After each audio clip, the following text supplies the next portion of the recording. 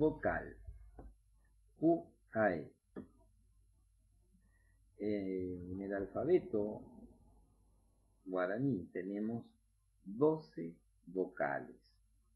Guaraní ñe llega tupe ya huele copa coin U, A, E. 6 vocales orales y 6 vocales nasales. Poten i pua e yurugua, ja, poten i ua e inwa.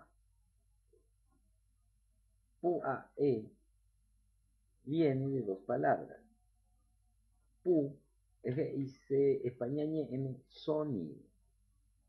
Pu quiere decir en lengua española sonido. A e o u a e ñowi. Dice español en solo. A e viene de la palabra jaeño, que en lengua española quiere decir solo. Por lo tanto, U, A, E está diciendo que suena por sí sola, que no necesita de otro sonido para ser nombrada la vocal.